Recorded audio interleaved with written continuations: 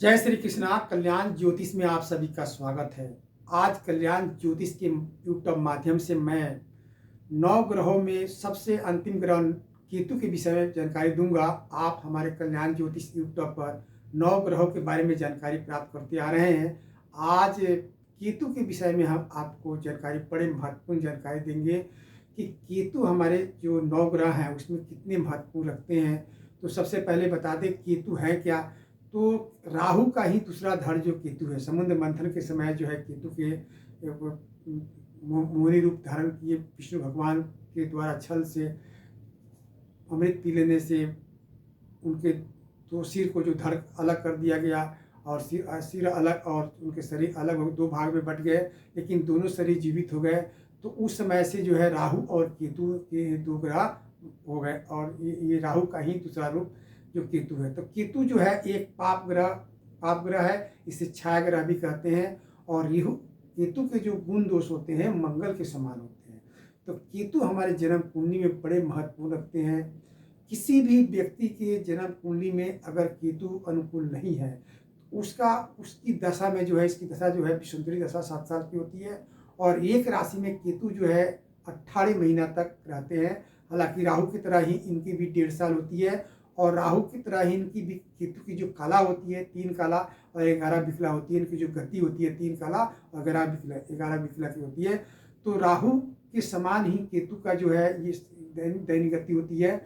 और राहु जो है, केतु जो है हमारे जन्म कुंडली में बड़े महत्वपूर्ण ग्रह है। महत्वपूर्ण इसलिए है कि आदमी कितना भी महान हो, कितना भी उसका भाग्यशाली हो, चाहे उसके सब तरह से हो, लेकिन अगर उसकी जन्म कुंडली में केतु शुभ नहीं है तो उसके उसके कारखाने पर, उसके मकान पर राज का झंडा नहीं फहरा सकता।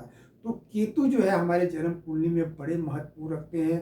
केतु की शुभता में आदमी सब कुछ प्राप्त कर सकता है, उसके उन्नति प्रगति होती है। और केतु अशुभ है तो उसकी दशा में जो दशा चलती है, अंतरदशा हो चाहे महादशा लगा हो, केतु की महादशा में जीवन, हमारा मनुष्य का जीवन उथल पुथल रहता है, स्थिरता नहीं रहती, स्वास्थ्य खराब रहते हैं, धन की हानि होती है, आदमी मानसिक संतुलन से व्यतीत रहता है। तो केतु जो है, वैसे तो हमारे जितने 9 ग्रह हर व्यक्ति की जन्म कुंडली थी। कोई भी मनुष्य जो जब भी संसार में जन्म लेता है तो उसकी उसी समय से सभी जो हमारे 9 ग्रह हैं कहीं ना कहीं बैठे होते हैं और यही 9 ग्रह मिल करके मनुष्य के जीवन को चलाते हैं।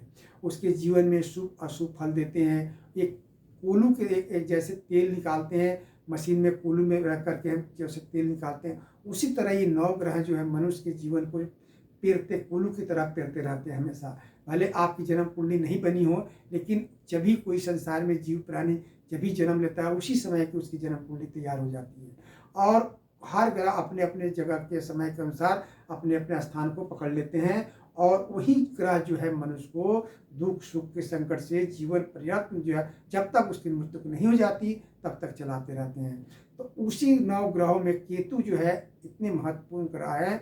अगर केतु आपकी जन्म कुंडली में शुभ नहीं है तो आप केतु के समय में व्यक्ति की बहुत मानसिक संतुलित, स्वास्थ्य संबंधित, धन संबंधी उथल पुथल, स्थिरता नहीं रहती, बड़े परेशान हो जाते हैं। सब कुछ होते हुए भी उसका जो स्थिरता है, उसकी जो वर्चस्व है नहीं होता।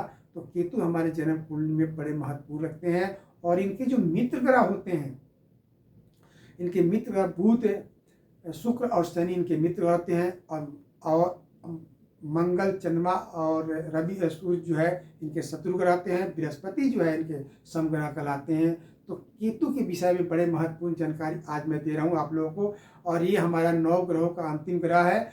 इसके बाद जो है हम आप सभी को बताए थे कि फिर हम 9 ग्रहों के बारे में ही बताएंगे कि किस प्रकार से रत्न धारण करना चाहिए। तो आज हम केतु के बारे में हम आप लोगों को बताते हैं कि केतु ग्रह जो है हमारे जन्म कुंडली में कितने महत्वपूर्ण है और केतु किस घर में अशुभ होते हैं और कौन से घर में, हमारे जो 12 घर में शुभ होते हैं और क्या फल देते हैं। और फिर अगर केतु आपकी जन्म कुंडली में खराब है, किसी तरह से खराब है, तो उसके लिए क्या उपाय करना चाहिए। तो चलिए हम एक बोर्ड के माध्यम से आप लोग को समझाते हैं कि कौन से घर में केतु अच्छे होते हैं और कौन से में खराब होते हैं। तो ये कुंडली का एक चार्ट है जो 12 घर समझते आ रहे हैं आप लोग। ये लगन है, इस तरह से केंद्र सरकार आप सब कह रहे हैं।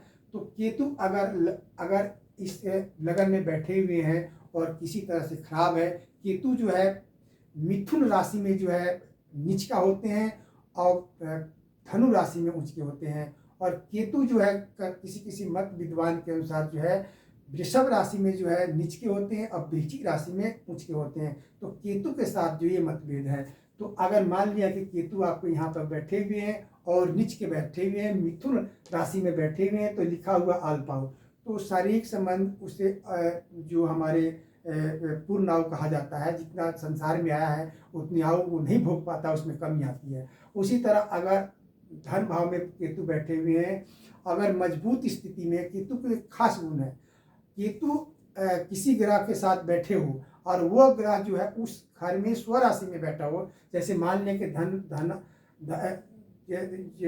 स्थान में, द्वितीय स्थान में केतु अति शुक्र बैठा हुआ है अपनी राशि में और उसमें केतु बैठ जाते हैं, तो उस बल को चौगुना कर देते हैं। केतु में बड़े जितने अशुभ फल देते हैं उतने महत्वपूर्ण भी है। केतु मोक्षदायक ग्रह कहलाते हैं, वो मोक्ष प्रदान कर सकते हैं। और अगर आपके अनुकूल केतु हो गए तो आपको कहाँ से कहाँ पहुँचा देते हैं। तो ये धन भाव में लिखा है धर्मात्मा, अगर इसमें शुक्र बैठे हैं, केतु बैठ जाए तो इसके फल को चौगुना कर देते हैं। अगर यही केतु इसमें बैठे हुए हैं और नीच के बैठे हुए हैं तो जो धर्मात्मा लिखा हो उसमें फल में कमी आ जाती है। तो इस तरह से 12 घर में है, अगर तृतीय स्थान में तो बहादुर, चौथे स्थान में तो दुखी होते हैं, 5वें स्थान में पुत्र होते हैं, 6ठे स्थान में शक्तिवान बनता है आदमी, 7वें स्थान में तो स्त्री से कष्ट पाता है, अगर 8वें स्थान है तो कुल कर्ता होता है, 9वें स्थान में तो अशुभ फल मिलता है, 10वें में भी तो अशुभ मिलता है, 11वें में तो धनी होता है और 12वें स्थान में वो तो दुर्जन होता है। इसमें जो है इसमें भी अशुभ फल होते हैं। तो आप केतु के बारे में जो है आप हमारे 12वें स्थान में जो है तो वो बैठे होते हैं, तो क्या होता है, दुर्जन होता है। तो केतु के बारे में आज हम आपको जानकारी दे रहे हैं, और कौन से घर में केतु अच्छे होते हैं, कौन से में खराब होते हैं। तो इस प्रकार के क्या लिखा हुआ है, केतु एक पाप ग्रह है, इसकी दैनिक गति जो होती है 3 काला 11 बिकला होती है। राहु की तरह ये दैनिक की समान गति होती है, 3 काला और 11 बिकला। और इनकी जो एक राशि में जो होते हैं ये 18 महीना अर्थात 1.5 साल तक राशि में भुगते हैं, उसके बाद दूसरी राशि में चले जाते हैं। उसके बाद जो है इनके जन्म कुंडली में केतु शुभ हो तो बलवान हो तो उसके मकान पर, कारखाने, दफ्तर पर राज्य का झंडा फहराता है। कितना भी उच्च अधिकारी हो, अच्छे हो, परंतु जब तक केतु शुभ ना हो तब तक राज्य का झंडा नहीं फहरा सकता। अर्थात कहते हैं कि अगर आपकी जन्म कुंडली में केतु खराब है और आप कितना भी महान हो, अच्छे हो, लेकिन अगर केतु शुभ नहीं है तो उसकी दशा में जो है अपना वर्चस्व, अर्थात आप बलवान नहीं हो सकते, आपकी छत पर झंडा नहीं फहरा सकते। तो ये केतु इतने महान ग्रह अच्छे हैं और बुरे भी हैं। उस तरह केतु अत्यंत बलि तथा मोक्ष प्रद ग्रह है। यह धनु राशि में उच्च के होते हैं तथा मिथुन राशि में नीच के होते हैं। अब बहुत से विद्वान इसे वृश्चिक राशि में उच्च का और वृषभ राशि में नीच का ही मानते हैं। केतु के मित्र ग्रह हैं बुध, शुक्र, शनि, और शत्रु ग्रह आते हैं सूर्य, चंद्र, मंगल, और सम ग्रह जो है बृहस्पति होते हैं। केतु की विषुवंतृति महादशा 7 साल की होती है।